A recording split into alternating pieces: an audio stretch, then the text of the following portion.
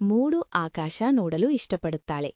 ಅವಳು ಪ್ರತಿದಿನ ಹೊಸ ಹೊಸ ಆಕಾರಗಳನ್ನು ಹುಡುಕುತ್ತಾಳೆ. ಒಂದು ದಿನ ಅಪ್ಪ ಒಂದು ಪದ ಹೇಳಿದರು. ಅಪ್ಪ ಆಕಾಶದ ಒಂದು ದೊಡ್ಡ ಮೋಡವನ್ನು ತೋರಿಸಿದರು. ಅದೋ ಆ ಮೋಡ ಎಷ್ಟೊಂದು ಗುಂಡು ಇದೆ. ಮಾತು ಗುಂಡು ಎಂದರೆ ಏನೋ ಭಯಂಕರ ಅಂದುಕೊಂಡಳು.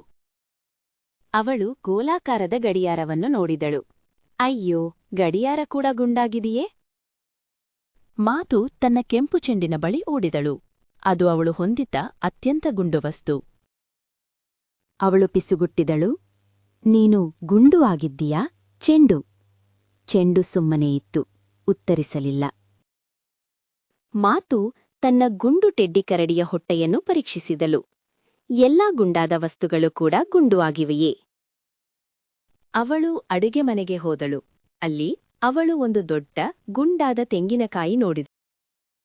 ಅವಳು ಅಡುಗೆ ಮನೆಗೆ ಹೋದಳು.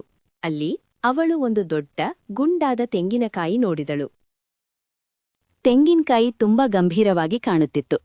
ಮಾತು ಎಲ್ಲ ಗುಂಡು ವಸ್ತುಗಳಿಂದ ಅಡಗಿಕೊಳ್ಳಲು ನಿರ್ಧರಿಸಿದಳು.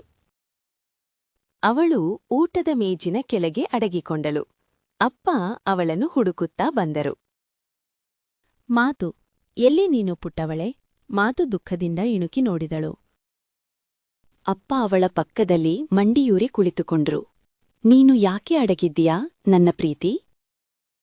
ಮಾತು ಕೈ ತೋರಿಸುತ್ತಾ ಚೆಂಡು ಮತ್ತು ಗಡಿಯಾರವನ್ನು ಸೂಚಿಸಿದಳು. ಅವೆಲ್ಲ ಗುಂಡು ಆಗಿವೆ. ಅಪ್ಪ ನಕ್ಕರು ಮತ್ತು ಅವಳನ್ನು ಬಿಗಿಯಾಗಿ ಅಪ್ಪುಕೊಂಡರು. ಓ ನನ್ನ ಮುದ್ದಿನ ಮಗು, ಗುಂಡು ಎಂದರೆ ಗೋಲಾಕಾರದ ಎಂದರ್ಥ. ಅದು ದೊಡ್ಡದು ಮತ್ತು ಗೋಲಾಕಾರದ ಸಂತೋಷದ ಬಲೂನಿನಂತೆ. ಈಗ ಮಾತಿಗೆ ಪದಗಳಿ ಅದು ದೊಡ್ಡದು ಮತ್ತು ಗೋಲಾಕಾರದ ಸಂತೋಷದ ಬಲೂನಿನಂತೆ. ಈಗ ಮಾತಿಗೆ ಪದಗಳಿಗೆ ಅನೇಕ ಸೌಮ್ಯ ಅರ್ಥಗಳಿರಬಹುದು ಎಂದು ಗೊತ್ತಾಯಿತು.